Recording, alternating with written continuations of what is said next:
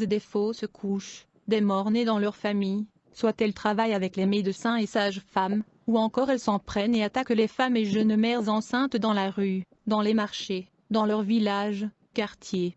Ces grossesses passent par de fausses couches. Tous ces fœtus ou enfants morts-nés sont amenés dans la chambre secrète où demeure de la reine de la côte dans le monde sous-marin. C'est elle qui élève tous ces enfants dans le monde des eaux. Une fois que ces enfants vont grandir, d'abord il faut noter que ces enfants qui ont grandi dans le monde sous-marin, et qui sont élevés par la reine de côte sont envoyés sur la terre pendant les jours de fête pour se prostituer. Ils sont des hommes et femmes démons mandatés pour détruire les hommes et les femmes jeunes comme vieux. Ils séduisent les hommes et femmes à la surface de la terre en ayant des rapports sexuels avec eux, et pendant le rapport sexuel ils introduisent des serpents dans le corps de gens avec qui ils ont de rapports sexuels. D'autres vont dans les églises qui ne marchent pas dans la sanctification et entrent dans le corps des gens distraits et faux. Ces hommes et femmes démons mandatés par la reine de côte vont maison par maison pour posséder les jeunes qui se disent abandonnés et mal aimés de leurs parents, ceux à qui les parents laissent libres de faire ce qu'ils veulent, surtout en période de puberté chez les jeunes. Lorsque vos enfants sont dans cette période, vous devez être très vigilant,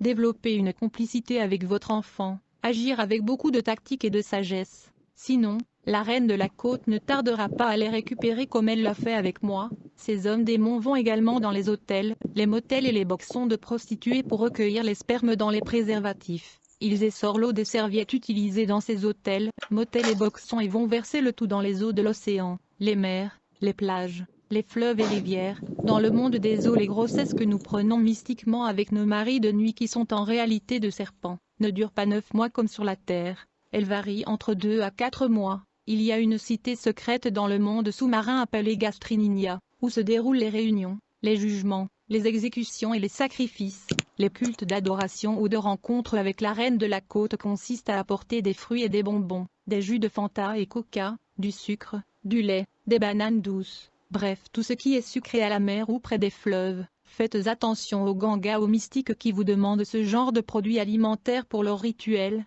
Beaucoup d'entre eux travaillent avec les esprits des eaux. Dès que ces produits sont déposés, une voix se fait entendre à nous et nous communique les invocations à faire pour que la reine de la côte sorte des eaux. C'est à nous de choisir sous quelle forme la reine de la côte doit apparaître, soit serpent, queue de poisson, humaine. Avant qu'elle sorte de l'eau, il y a un vent fort qui souffle et un tourbillon. Il n'y a que ceux qui lui sont consacrés, ceux qui sont déjà initiés et liés à elle qui peuvent voir ce vent et ce tourbillon. Lorsqu'elle apparaît, elle prend plusieurs formes pour voir au fond de nous si on a peur d'elle. Elle peut prendre la forme d'un quelconque animal ou reptile pour nous effrayer. Quand elle voit que nous n'avons pas peur d'elle, elle nous appelle vers elle. Alors nous lui disons qu'elle est la plus belle, que personne n'est belle comme elle, sa beauté est exceptionnelle, on lui fait des éloges. Lors de cette rencontre, la conversation se fait par un vent dont nous sommes seuls à ressentir et à comprendre le langage, puis elle nous remet des bijoux en or, chaînettes, gourmettes, bagues, boucles, chevrières qui servent de point de contact et de moyen de communication quand on a besoin de son aide.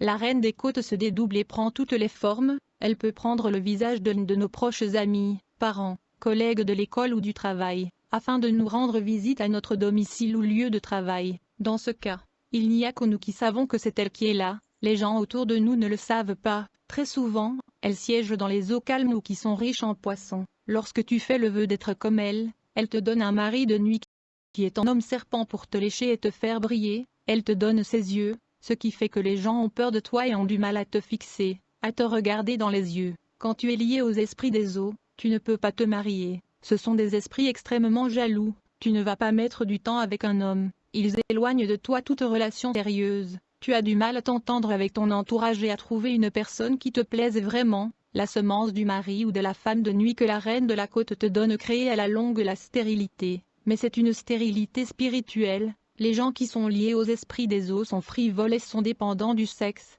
Ils ont du mal à se priver du sexe et pour certains, à se contenter d'un seul partenaire. Nymphomanie. Les femmes souffrent très souvent des règles douloureuses qui peuvent aussi conduire à la stérilité mystique. Lorsque la reine de côte a une mission pour toi, souvent elle envoie un vent qui souffle et une voix qui se fait entendre à ton oreille droite. Cette voix te dit où tu dois aller, à quelle heure, le plus souvent à 24 heures ou 02 heures, quelle sirène tu vas rencontrer et pourquoi. Il y a des sirènes compagnons de service qui nous exigeaient de dormir avec les fenêtres ou les portes ouvertes. Elles ont horreur de la saleté. À Franceville, les lieux de résidence des sirènes sont le pont de la Mpassa, le pont de Ambaya, les grottes près de la rivière au marché du quartier Sable, les chutes de Poubara. À Libreville elles sont à toutes les plages, chaque plage a sa sirène. Lorsque tu es initié et que tu vois la reine de la côte, immédiatement tu es lié avec elle, et ton esprit va dans les eaux pour y demeurer. Tu as beau continuer à vivre sur la terre, tu es vide ou vidé de ton esprit. Tu es sans ton esprit que Dieu t'a donné quand tu es venu au monde, et donc c'est un esprit d'eau, une sirène ou un triton qui t'anime désormais, et quand arrive l'heure de ta mort, tu disparais en te baignant ou en te noyant dans l'eau de la piscine, rivière, fleuve ou mer. Ma délivrance des esprits des eaux, tout a commencé à l'arrivée de ma grande sœur, le 20 avril 2013, elle est arrivée de Libreville pour Franceville, ma mère étant membre de la commission Chapelle des Vainqueurs de Franceville, elle a fait établir une cellule de prière à la maison. La prière en famille se fait tous les jeudis au domicile de ma mère avec certains membres de l'église. Le jeudi 2 mai 2013 à 18 h nous avons débuté la prière.